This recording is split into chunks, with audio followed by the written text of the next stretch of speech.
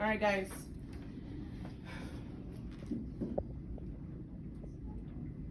So when it comes to using the air dry clay, one main thing you have to remember is that it does dry in open air. So what that means is that over time, the clay that we have will have hardened a little, but it also needs a little bit of water to get it into the softness that you need it to. So I have been kind of working on this one as I was going over the warm up. I added a little bit of water. It has made it more into like a softer, almost Play-Doh-like texture. If you want it to be, softer and, more malleable, meaning more able to be manipulated, you just add little bits of water. So what I'm doing to kind of get it into that texture I wanted, I am kneading it, meaning I'm kind of just reshaping it with my hands. I'm adding water as I go, kind of like if I was making like pizza crust, So I'm adding a little bit of water. I am, kind of mixing it in, getting it into a softer texture. This makes it easier to sculpt, because if you have it kind of dry, it starts breaking up. It does not have a soft texture. You cannot get those smooth surfaces. So as I'm doing this, I'm smoothing it out, okay? And when I do this, it hardly has any lines. If it were dry, it'd be cracking, okay? Because it is air dry clay. So the more water you add to it, the easier it is to manipulate. And you don't need to like dunk it unless it's like really like getting tough. Then yeah, maybe dunk it in water. But you only need a little bit on your fingers, kind of smooth it around, shape it into that texture you want. So as you guys know, I decided to make my letter, my identity letter relating to like a Disney family, because that is my family's favorite place to go, And what I had planned on doing was creating 4 Disney ears, and I remember saying, yeah, fake fireworks out of the clay. Okay, so I'm trying to do more than the one sculpted object that is part of your rubric. Remember, you guys, this project does have a rubric, so refer back to it. If you're a little confused, do I need 1? Do I need 3? Do I need 4? Your rubric does tell you minimum 1 sculpted object, but of course you can make more. So in order for me to, the way I'm going to start this is I have molded it into a little ball, all right? And we do have tools, guys.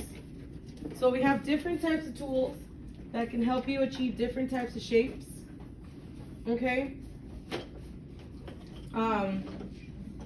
So we have tools that, like these, I guess you could call them rolling pins, but it helps you flatten out your clay. So if I want to flatten out this little ball of clay, again, like making a pizza crust or a pie crust, I start flattening out with this tool, all right? And again, when you get the clay a little bit wet, it's easier to manipulate. This is already pretty smooth, okay? But let's say I want to cut out a shape. So we do have different types of tools that help you not only like cut around or, cut out pieces that you need. So I want to start off, what is my headband going to look? So I use this tool to kind of use it as a little makeshift knife to cut out, a little, what would be a makeshift headband. This also helps you kind of scrape off the desk,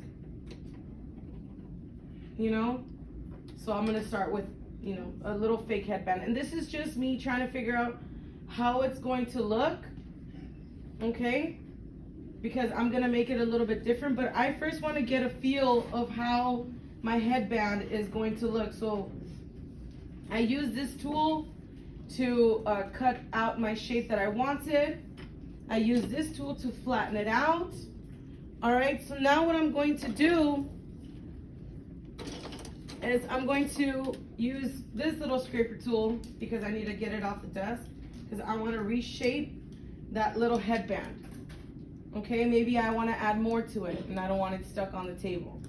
So just using my fingers very carefully, I'm shaping that little headband. I kind of want my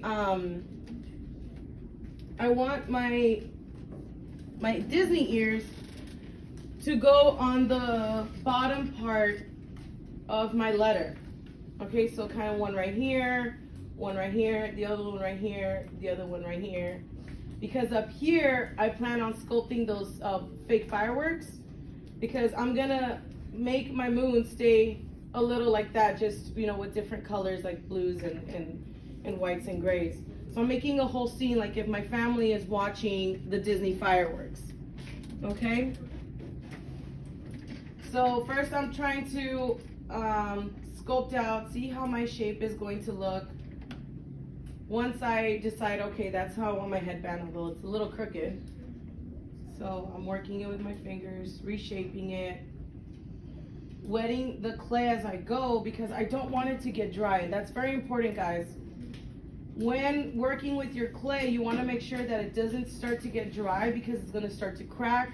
It's going to start to stay in that shape, you know, and you might not like that initial shape. So you want to make sure that you're keeping it a little wet, you know, dipping your fingers in water, not too much. Okay. Now I don't really like that shape. I kind of want that little arch to be shorter. So I'm just going to cut it with this tool right here. And again, with my fingers, I'm going to reshape it to give it that rounded end to it. Okay? And then the famous Disney ears, you know, or, you know, Mickey Mouse ears are, you know, the little arch and the ear balls, so they're just perfect little circles. So what I want to do is try and get that little bit of clay as rounded as possible. So again, with water, smoothing out those surfaces. Okay, the water is going to help you smooth out surfaces. But I kind of want my ears to be flat. So I'm going to start kind of pressing it down. And again, you have very, very many different tools to help you achieve those shapes. I'm gonna use this one right here. It's like a rounded flat tool, so to kind of help me bring in that shape into that perfect little circle. All right. Once I get the shape I want, ooh, that's a little messed up circle right there. Didn't see the top part. Okay. Once I get the shape that I want, then I'm gonna attach it, you know, with that same tool, kind of press down. You're gonna slightly press down and link those two pieces of clay together. Okay? And I can already tell that my headband's a little too thick. So again, I can go back and, you know, manipulate it again. I'm like, okay, I do not like how that looked. I like how my ear looked, but my headband was looking a little crooked, a little wonky, and it wasn't looking so straight. So it made the ears look a little weird. So again, with water, okay? So the important thing with air dry clay is to make sure that it stays wet so that it's easily to manipulate, easier to sculpt, okay? So again, just kind of rolling my clay. And again, I want you guys to consider how big your items are going to be.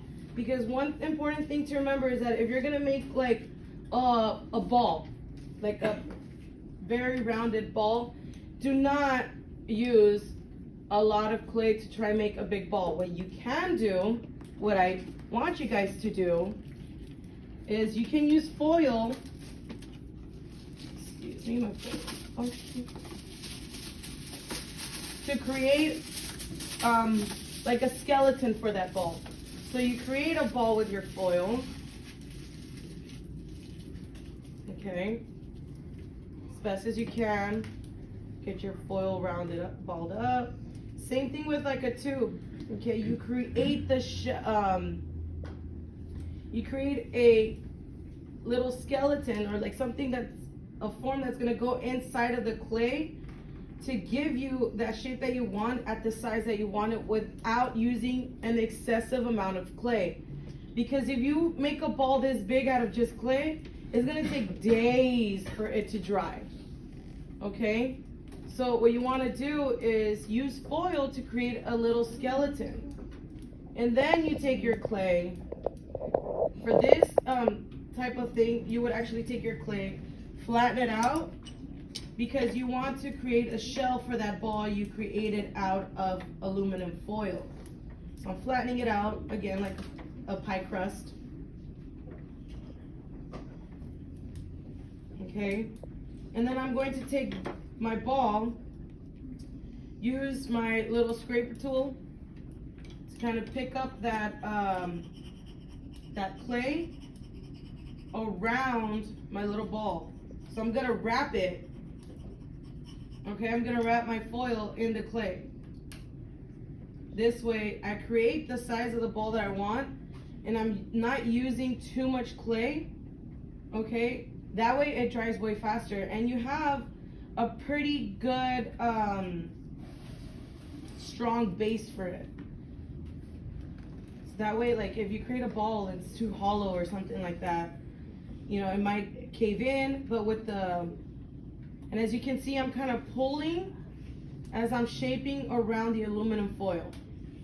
So as I'm pulling, I'm shaping with my fingers, I'm twisting it, I'm turning it, because eventually what I'm gonna do is I'm gonna break off this piece. So as you guys saw, I like pulled it to this size, and now I'm just gonna break it off, and I have a pretty good ball. But I made a base out of foil. So now I'm just, again with water, smoothing it out. Okay, smoothing it out to get a nice smooth sphere, a nice smooth ball. Okay, so it does take a little time to kind of get used to how to work this material, but again with water it makes it a lot smoother. It helps you create a lot faster because you're not dealing with things cracking. Okay, so you see, and this way my ball will be dry by tomorrow instead of waiting like 2 more days and, you know, using too much clay, because we got to be mindful of our materials. Okay guys, same thing if you were to create a shape like this, like a tube or something, I would need you, I would need you and want you to start it out of aluminum foil first. Okay, all right, with that being said guys, this is the end of the demo.